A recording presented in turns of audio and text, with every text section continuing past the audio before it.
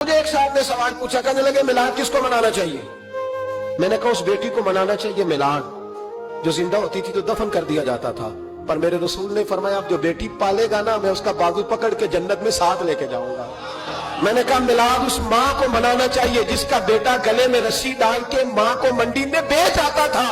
میرے مصطفیٰ کریم نے فرمایا جنت 7 آسمانے کے اوپر سدرۃ المنتہا کے پاس تھی، پر میں نے وہاں سے کھینچ کے لا کے ماں کے قدموں کے نیچے رکھ دی ہے۔ میلاد اس باپ کو منانا چاہیے جس کی اولاد ڈنڈوں سے مارتی تھی، پر رسول کریم علیہ السلام نے فرمایا سن لو سن لو سن لو، اب جس کا ابا راضی ہوگا اسی کا اللہ راضی ہوگا۔ میں نے کہا میلاد اس غریب کو منانا چاہیے جو بھینس کی طرح بکری کی طرح منڈی میں بکتا تھا، پر مصطفیٰ نے کالے رنگ والے حبشی غلام کو سینے سے لگا کے کہا غریبوں کو چھوٹا نہ سمجھنا، میں اللہ کے رسول جب جنت میں جاؤں گا تو آگے بھی غریب ہوں گے، پیچھے بھی غریب ہوں گے، دائیں بھی غریب ہوں گے، بائیں بھی غریب ہوں گے۔ فرمایا امیر ویٹنگ لسٹ میں ہوں گے، 500 سال بعد جنت میں جائیں گے، غریبوں کے لیے جنت کے دروازے 500 سال پہلے ہی کھلوا دوں گا۔ اسے منانا چاہیے، میلاد منانا چاہیے۔ اور میں نے کہا مولوی صاحب تجھے پوچھتا کوئی نہ، تیرا ذکر کوئی نہ کرتا، لیکن تو ممبر پہ بیٹھا ہے، تو محمد عربی کے نام کا کھا رہا ہے، تو علی کے نام کا کھا رہا ہے، تو عمر عثمان اور ابو بکر کے نام کا کھا رہا ہے، تو اسنین کا صدقہ کھا رہا ہے۔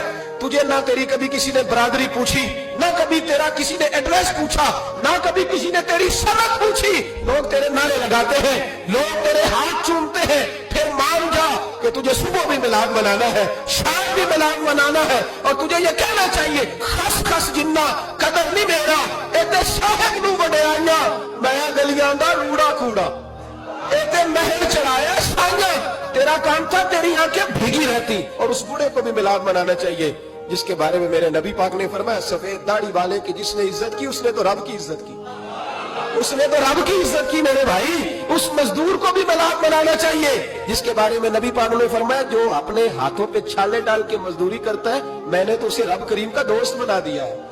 ہر اس طبقے کو میلاد منانا چاہیے جسے میرے رسول نے عزت عطا فرمائی۔ اس بہن کو بھی میلاد منانا چاہیے جس کے بارے میں نبی پاک نے فرمایا اگر کسی کا باپ چلا جائے اور اس کے حصے میں بہنیں آ جائیں، 4 بہنیں، 3 بہنیں یا 2 بہنیں بیاہ کے جو آیا تم پہ سے، میرے محبوب نے فرمایا میری انگلیاں جڑی ہوئی ہیں نا اس طرح میں اسے اپنے ساتھ جوڑ کے جنت میں لے چلاؤں۔ اس بہن کو میلاد نہیں منانا چاہیے۔ میرے رسول پاک نے فرمایا جس کی بیٹی واپس آ جائے، طلاق ہو گئی یا بیوہ ہو گئی، واپس آ گئی، نہ بچ سکی واپس آ گئی، فرمایا واپس آنے والی بیٹی کی جو باپ خدمت کرے گا میرے رسول پاک فرماتے ہیں میں قیامت میں اس کا سفارشی بنوں گا۔ تو اس بیوہ کو اور طلاق یافتہ کو میلاد نہیں منانا چاہیے، وہ اس رسول کا ذکر نہیں کرے گی جس نے اتنا درجہ دے دیا، اتنا نواز دیا۔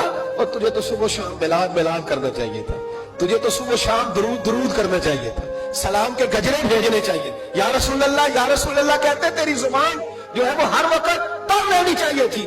تو بحث کر رہا ہے، تو اس پہ دلیلیں دے رہا ہے، تو اس پر باتیں کر رہا ہے۔ حضرت عمر سے پوچھنا، حضرت عمر سے، جناب اسامہ بن زید رضی اللہ تعالیٰ عنہ حضور کے غلام تھے، نبی پاک ان سے بڑا پیار کرتے تھے۔ ایک جنگ میں پیسے آئے، حضرت عمر فاروق رضی اللہ تعالیٰ عنہ نے 25,000 دیا اپنے بیٹے کو، اور اسامہ بن زید کو 50,000 دینار دیے۔ بیٹا کہنے لگا ابا جی وہ تو چھوٹے ہیں میں بڑا ہوں، وہ حضور کے زمانے میں بچے تھے میں جہاد کرتا تھا، یہ آپ نے کیا کیا؟ تو حضرت عمر رو پڑے، کہنے لگے بیٹا یہ تیرے باپ کے سر پر جو عزت کے بال ہیں یہ مصطفیٰ کے اگائے ہوئے۔ نبی پاک اسامہ سے نبی پاک کا پیار بڑا تھا، حضور کی محبت بڑی تھی۔ بیٹا اس کے ناک سے ریٹ نکلتی تھی تو رسول پاک اپنے ہاتھوں سے صاف کر دیتے تھے، حضور اس کو گود میں بٹھاتے تھے۔ میں کیسے بھول جاؤں رسول پاک کے احسانات کیسے۔ حضرت عمر جا رہے تھے تو مکے کے رستے میں ایک تنا آیا، کھجور کا خشک تنا، حضرت عمر نے اس کو بازوؤں میں لے کے رونا شروع کر دیا۔